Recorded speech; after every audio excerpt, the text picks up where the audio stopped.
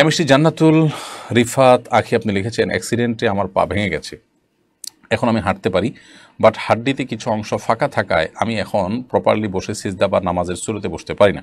আমি বসে নামাজ আদায় করি, কিন্তু নামাজের সুরতে বসে পড়তে পারি না। এক্ষেত্রে আমার নামাজ হবে কিনা? আল্লাহ আপনার প্রতি রহম করুক। আপনার পা ভেঙে গেছে, আপনাকে আল্লাহ তাআলা সুস্থ করুক, আমরা দোয়া করি। আপনি হাঁটতে পারেন, কিন্তু হাড্ডিতে যেহেতু ফাঁকা আছে, সেজন্য আপনি সঠিকভাবে বসে সিজদা নামাজের মতো করতে পারেন না। যেহেতু আপনি করতে পারেন না, তবে আপনি মাজুর, এবং মাজুর হওয়ার কারণে আপনি বসে যে নামাজ পড়ছেন, যতটুকু পারেন ততটুকু আপনি বসে নামাজ পড়বেন, ইনশাআল্লাহর কারণে আপনার নামাজ হয়ে যাবে এবং কোনো গুনাহ হবে না।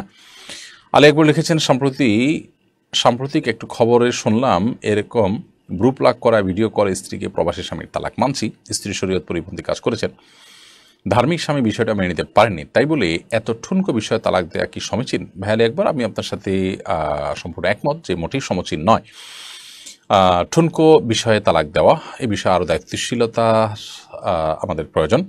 আমাদের সমাজে অনেক মানুষ আছে যে মানুষগুলো এই ঠুনকো অজুহাতে স্ত্রীকে তালাক দেন। স্ত্রী যদি মানে এমন কোনো কাজ করেন যেটা শরীয়ত গ্রাহ্য নয়, তাহলেও তাকে সংশোধন হওয়ার সুযোগ দেওয়া উচিত, সময় দেওয়া উচিত। বিশেষ করে বাহিরে বসে এরকম দেখেই তালাক দিয়ে দেওয়া সন্দেহাতীতভাবে সেটা প্রশংসনীয় কোনো কাজ নয়। হ্যাঁ, স্ত্রী যদি তাকে সংশোধন কোনোভাবে করা না যায়, সংশোধনের আশা একেবারে শেষ হয়ে যায়, তিনি দিন পালন করে অনাগ্রহ তার চরমে পৌঁছে যায়, অনেক যদির পর, অনেক কিছুর পর সেখানে তালাকের প্রশ্ন আসতে পারে, কিন্তু ঠুনকো বিষয়ে তালাক কোনো অবস্থাতে গ্রহণযোগ্য নয়। আবগাদুল মুবাহ ইলাল্লাহি আত-তালাক, আল্লাহর কাছে সবচেয়ে অপছন্দনীয় বৈধ কাজ, মানে যে বৈধ কাজটা আল্লাহ রাব্বুল আলামিন বৈধ রেখেছেন মানুষের প্রয়োজনে, কিন্তু সেটা আসলে বেসিক্যালি কোনো পছন্দনীয় কাজ আল্লাহ তাআলার কাছে না, সেই জিনিসটা হলো এই তালাক। বিধায় এ বিষয়ে আমাদের আরও দায়িত্বশীল আচরণ করা উচিত। সরওয়ার আলম লিখেছেন, ছেলের সন্তানের নাম কি হাবিবুল্লাহ রাখা যাবে? রাখা যেতে পারে। হাবিবুল্লাহ মানে আল্লাহর বন্ধু, রাখা যেতে পারে এই নাম। সালাহ আহমদ আপনি লিখেছেন, রাসূলুল্লাহ সাল্লাল্লাহু আলাইহি ওয়াসাল্লাম আল্লাহর প্রিয় রাসূল, তার দাড়ি মোবারক কতটুকু লম্বা ছিল? প্রিয় নবী সাল্লাল্লাহু আলাইহি ওয়াসাল্লামের দাড়ি লম্বা ছিল, কিন্তু অত্যধিক লম্বা হয়ে একেবারে পেটের অর্ধেক পর্যন্ত, নাভি পর্যন্ত বা বুকের নিচ পর্যন্ত চলে গেছে এরকমটিও ছিল না, আবার একেবারে ছোট ছোট কোঁকড়ানো ছিল না। নবী করিম সাল্লাল্লাহু আলাইহি ওয়াসাল্লামের পুরো দেহ মোবারকের গঠন পরিপূর্ণই ছিল মধ্যম। চুলগুলো একেবারে না কোঁকড়ানো ছিল, না একেবারে কাটার মতো দাঁড়ানো ছিল। তিনি খুব বেশি লম্বাটে দৃষ্টিকটু পর্যায়ের না সেরকম ছিলেন, না খুব বেটে ছিলেন। এভাবে তাকে আল্লাহ রাব্বুল আলামিন এমনভাবে তৈরি করেছেন যে, বা এমনভাবে তার শারীরিক গঠন দান করেছেন যে তিনি সম্পূর্ণ মধ্যম ছিলেন। মানে একটা মানুষ পারফেক্ট এবং দেখতে সুন্দর এবং সব দিক থেকে আপনার ভালো লাগার মতো মানুষ হওয়ার জন্য যা যা দরকার ছিল, আল্লাহ নবী সাল্লাল্লাহু আলাইহি ওয়াসাল্লামের মধ্যে তার সব কিছু ছিল, অতএব তার দাড়িটা সেরকম ছিল।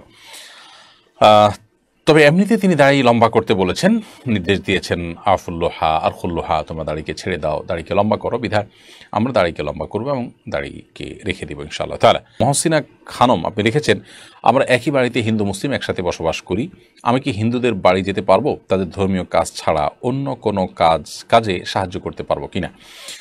দেখুন, একই বাড়িতে ভিন্ন ভিন্ন ফ্ল্যাটে যদি আপনারা বসবাস করেন, সেক্ষেত্রে আপনি তাদের বাড়িতে বা তাদের ঘরে, তাদের ফ্ল্যাটে প্রয়োজন হলে যেতে পারেন, কোনো অসুবিধা নেই।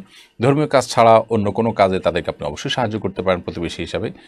এতে বরং আপনার ইসলামের সৌন্দর্য তার কাছে প্রকাশিত হবে এবং দাওয়াতের উদ্দেশ্য আপনার থাকলে সেটি বরং আরও ভালো হবে, কোনো অসুবিধা নেই।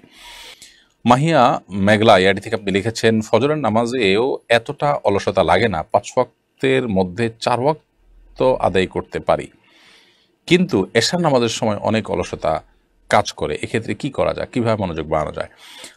মাগরিবের পর কোনোভাবে শোয়া উচিত না, নবী সাল্লাল্লাহু আলাইহি ওয়াসাল্লাম নিষেধ করেছেন। অনেক সময় আমরা গায়ে এলিয়ে বিছানায় যাই, তখন একটু ঝিমানি এসে যায়, তখন এশা পড়তে কষ্ট হয়।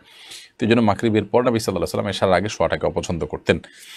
আর এর বাইরে আপনার যদি এমন হয় যে খুব বেশি বিলম্ব করলে আপনার অসুবিধা হয়, তাহলে আপনি ওয়াক্ত হওয়ার পরপরই নামাজ পড়ে ফেললেন। মাগরিব টু এশা তো খুব বেশি সময় না, প্রয়োজনে এই সময়ে আপনি যদি বসে থাকলে আপনার ঝিমানি আসে, তাহলে সেটা আপনি হাঁটাহাঁটি করেন, অন্য কোনো কাজে ব্যস্ত হয়ে পড়েন, যাতে করে আপনার অলসতা বা ঝিমুনির কোনো ভাব না আসে। আর যদি নামাজে অমনোযোগের কথা বলেন, তাহলে সেক্ষেত্রে নামাজে অমনোযোগিতা দূরের জন্য এশার নামাজের যে ফজিলত এবং মর্যাদা আছে সেটি আপনি একটু অনুধাবন করার চেষ্টা করুন। নবী সাল্লাল্লাহু আলাইহি ওয়াসাল্লাম বলেছেন, এশার নামাজ যদি কেউ আদায় করেন, তাহলে সে ব্যক্তি, বিশেষ করে পুরুষরা যখন জামাতের সাথে আদায় করবে, মা বোনরা যার যার জায়গায় আদায় করবে, আল্লাহ রাব্বুল তাকে অর্ধরাত জেগে ইবাদতের সওয়াব দান করবেন। এটা অনেক বড় ফজিলতপূর্ণ একটি বিষয়।